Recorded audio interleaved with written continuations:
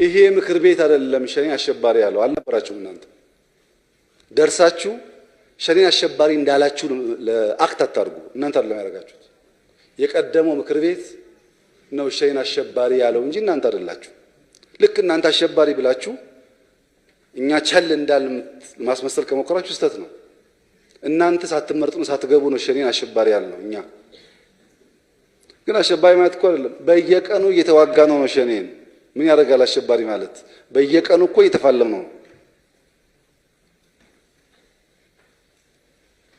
እኛ ከዘርጋ የምትቸገሩ ሰዎች አንደኛ ሸኔ ኦሮሞ ነው የኦሮሞ ተወካይ ነው ብላችሁ አሳንሳችሁ እንዳታዩ ሸኔ የኦሮሞ ቀንደኛ ጠላት ነው አንደኛ በበቀደሙ ጭፍጨፋ የማረክናቸው ሰዎች ከደቡብ የማረክናቸው አሉ ከትግራይ የማረክናቸው አሉ ሸኔ ኦሮሞ ብቻ አይደሉም አሉኛች እዛም ይሰበሰበው ኦሮሞ ብቻ እንዳይመስላችሁ ኦሮሞ ኢትዮጵያን ማጥፋት የሚፈልግ ክፉ ኃይል ሁሉ ይሰበሰበው ቤትን ሰልጥኖ ይገባል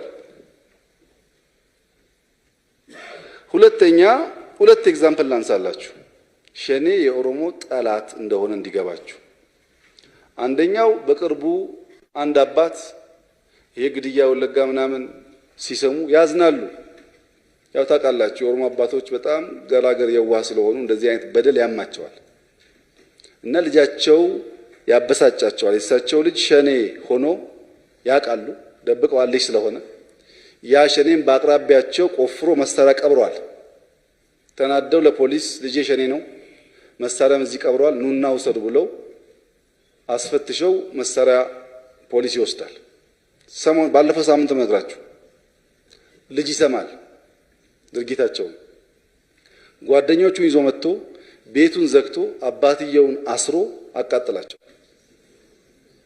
ይሄ አባቱን አስሮ የሚያቃጥል ሰው ነው አሁን ሰው ሆኖ እሱ የኦሮሞ ተወካይ የሚሆነው ለማንንም የማይመለሱ አውሬዎች ናቸው እንጂ ህፃናት ላይ እኮ መሳሪያ ማንሳት ከባድ ነገር ነው ለምንድነው እንደዛ አውሬ የሆኑት የሚለው በደንብ ጥናት ይፈልጋል ፖለቲካ ዓላማ ግን የላቸውም ለምሳሌ አሁን ለሸኔ ናና ኦሮሚያን አስተዳደር ብንለው በምን ሞራል ነው ህፃናትና ሴቶች እንደዛ የሚያሰቃይ ኃይል አገር ሊመራ የሚችለው አይችልም ዓላማው አይደለም አገር መምራት አገር ማፍረስ ነው ዓላማው ሁለተኛ ኤግዛምፕል ልስጣችሁ ወለጋ ውስጥ አንድ ቤተሰብ ውስጥ አንድ አባት ሁለት ልጆቻቸው በዚህ በትግራይ ግጭት ውትድርና ገብተዋል ኢትዮጵያ ልትፈርስ ነው እንታደጋለን ብለው እነዚህ ልጆች አባት አስፈቅደው ነው የሄዱት ከአባት ጋር ተመካክረዋል አላቅም ግን ልጆቹ ወታደር ሆነዋል ሁለት ልጆች ወታደር ሆነዋል ልካል ተብሎ አባት ተገሏል ሁለት ልጆች ሐሽሽ እየሳቡ ከተማ ውስጥ እየሰረቁ አስቸገሩ አይደለም አገር ሊታደጉ ዘምተዋል ተብሎ አባት ተገሏል እኛም እናላግጥባቸው አንዳንድ ወታደሮች የፖሊስ አዛዦች እና ጀነራል ስለሆኑና ከጥላት ጋር ስለሚፋለሙ ቤተሰቦቻቸው ተገለውባቸዋል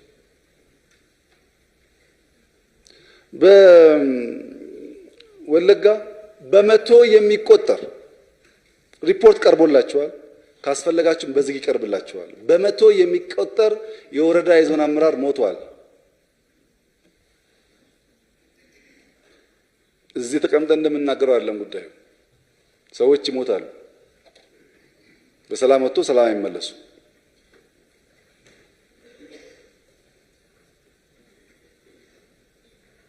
እና ሸኔ የኦሮሞ ተወካይ አይደለም ሸኔ የጥፋት ኃይል ነው ፕራይመሪሊ የኦሮሞን ህዝብ እያጎሳቆለ ያለ ኃይል ነው ወለጋ ውስጥ የምንሰራቸው መንገዶች በሙሉ ቆመዋል የሚጎዳ ማን ነው በዚህ ልማት የለም መብራት ስልክ የሚባል ጉዳይ ችግር አለ እዛ ማን ነው የሚጎዳው ከህይወቱ ጋር የሚቃጠለው ቅድም ባልኳችሁ ሁኔታዎች የሚገደለው ቁጥር ስፍር የለው ይሄንን ጠላት የአማራ የኦሮሞ የወሎ የሶማሌ የምናምን ሁላችን ነው ብለን ከተረባረብን እናጠፋዋለን ግን ክፍፍል ከሰጠን የሚያግዘን ኃይል ነው እናዳክመው ክፉ ነው ለማንም ክፉ ለአባቱ ለእናቱ ያልበጀ ክፉ ለማንም አይበጅ በዛ አይን ማየት ጥሩ ነው። ሁለተኛ እኛም በሚመለከት እኛ እኮ 30 ዓመት 27 28 ዓመት ኢህአደግ ከ81 ጀምሮ እስከ ወደቀበት ጊዜ ድረስ ስለ አጋር አይደለም ማወራው፣ ስለ አራቱ ድርጅቶች አራት ድርጅቶችን ለ20 ምናምን ዓመት አንድ ማድረግ ያልቻለ ኃይል ኢትዮጵያን አንድ ማድረግ አይችልም። ፓርቲዎቹ በትግል ጊዜ ላይ መች ይችላል። መንግስት ከተኮነ በኋላ ፕሮግራማችን አንድ ነው ምናምናችን አንድ ነው እየተባለ እነዚህም ፓርቲዎች አንድ ማድረግ ካልቻለ የጊዜ ጉዳይ እንጂ የኢትዮጵያ መፍረሻ ቅርብ ነው። ቢኮዝ ኢህአደግ ሳይፈርስ ጥያቄ የነበረው አንድ እንሁን ነው። ለዓመታት አልተቻለም። ራሱን እንደ ድርጅት አንድ ማድረግ ያልቻለ ኃይል ሀገር አንድ አያደርግም አያጸናም በሚል ነው ለውጥ ብለን ትግል ጀመርነው። ከለውጥ በኋላ መንግስት ሆነን ባጠረ ጊዜ ውስጥ አራቱን ሳይሆን ከአራቱ ውጭ በርካታ ፓርቲዎች ስማቸውን፣ አርማቸውን፣ ፕሮግራማቸውን ጥለው በአንድ የብልጽግና ሀሳቡ ተሰባስበው ሀገር እየመሩ ያሉት በኢትዮጵያ ህብረ ብሔራዊ አንድነትና በጋራ ማደግ ጽኑ እምነት ስላለን እንጂ ያስገደደን ህግ የለም። ፓርላማ ኢህአዴግ አንድ ካላደረጋችሁ በስተቀር አትቀጥሉም አላልንም። አደገኛ ስለሆነ ያፈረስ ነው። መጀመሪያ እኛም በዘር ለመቆስ የምታስቡ ሰዎች እስቲ አንዱ ነው ወደ ኢትዮጵያ ጥላ ነው። መጀመሪያ በሰፈር ፓርቲ ተቋቋማችሁ ስታበቁ እኛ በፕሮግራማችን በግልጽ በሀገር ጉዳይ የምንታገለው ብለን ሰንደን ያወጣንን ፓርቲና አመራር በዘርና በሰፈር ለመፈረጅ አታስቡ። እኛ ከዘር በላይ ነን፣ ከሰፈር በላይ ነን። የኢትዮጵያን ብልጽግና አብዝተን የምንመኝና የምንተጋ ሰዎች ነው። ያልኖራችሁበትን ለኛ ለመስጠት መሞከር ተገቢ አይመስለኝም። እና ሸኔ አሸባሪ ያልነው ከእናንተ በፊት ነው። በየቀኑ እየተዋጋ ነው። ለሸኔ የሚራራ ለሸኔ የሚያዝን የተለየ ስፋት የለንም። ነገር ግን የተከበረው ምክር ቤት እነዚህ እንደ ሸኔ አይነት ኃይሎች ኖት ኦንሊ ሸኔ እንደዚህ አይነት ኃይሎች በሙሉ ዋና ፍላጎታቸው ፓርላማ ስለነሱ እንዲያወራ፣ ሚዲያ ስለነሱ እንዲያወራ፣ መንግስት ስለነሱ እንዲያወራ፣ የዓለም ሚዲያ አሉ እንዲላቸው አልሞትንም ለማለት የሚፍጨረጨሩ ሰዎች ናቸው። አብዝቶ ስለ ድህነት መናገር ብልጽግናን አያመጣም።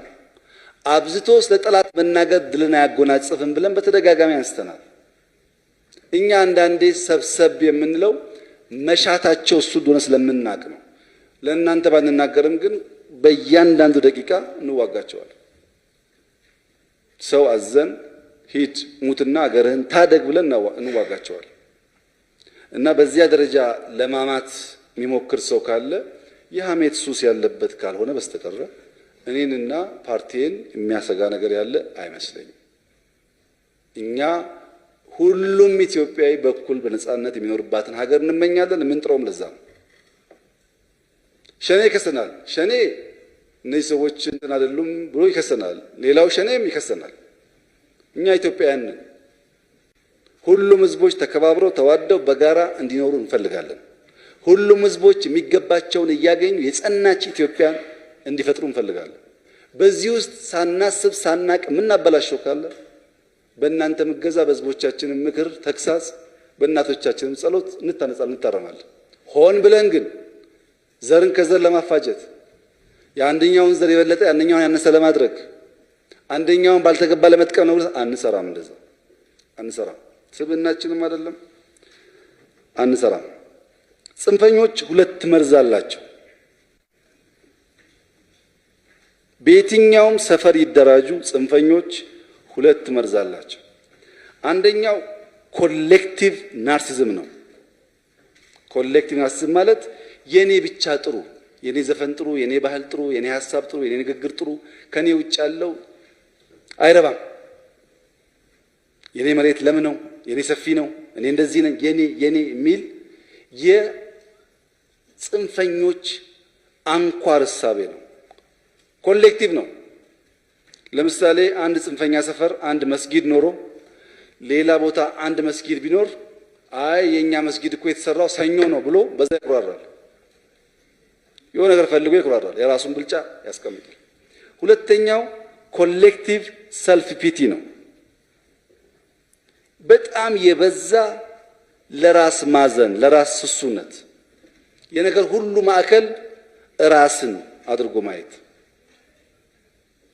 እኔም ኢትዮጵያዊ ነኝ፣ እኔም ዜጋ ነኝ፣ ዜጋ ላይ ያለው መከራ ይደርስብኛል፣ ዜጋ ላይ ያለው ደስታ ደግሞ እኔም እጋራዋለሁ ብሎ የሚያስብ ሰው ጤነኛ ሰው ካልሆነ በስተቀር በተጋነነ ሰልፍ ፒቲ ውስጥ ያለ ሰው በጣም በከፍተኛ ደረጃ በጉዳት መንፈስ ስለሚኖር ለጥፋት ይነሳሳል።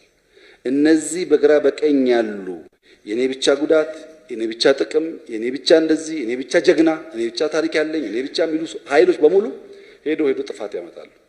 በጋራ እንደ ሀገር ያ ባህሪ እንዲኖረን ማድረግ ያስፈልጋልና የትኛውም ኃይል በእንደዚህ አይነት ሲምፕተም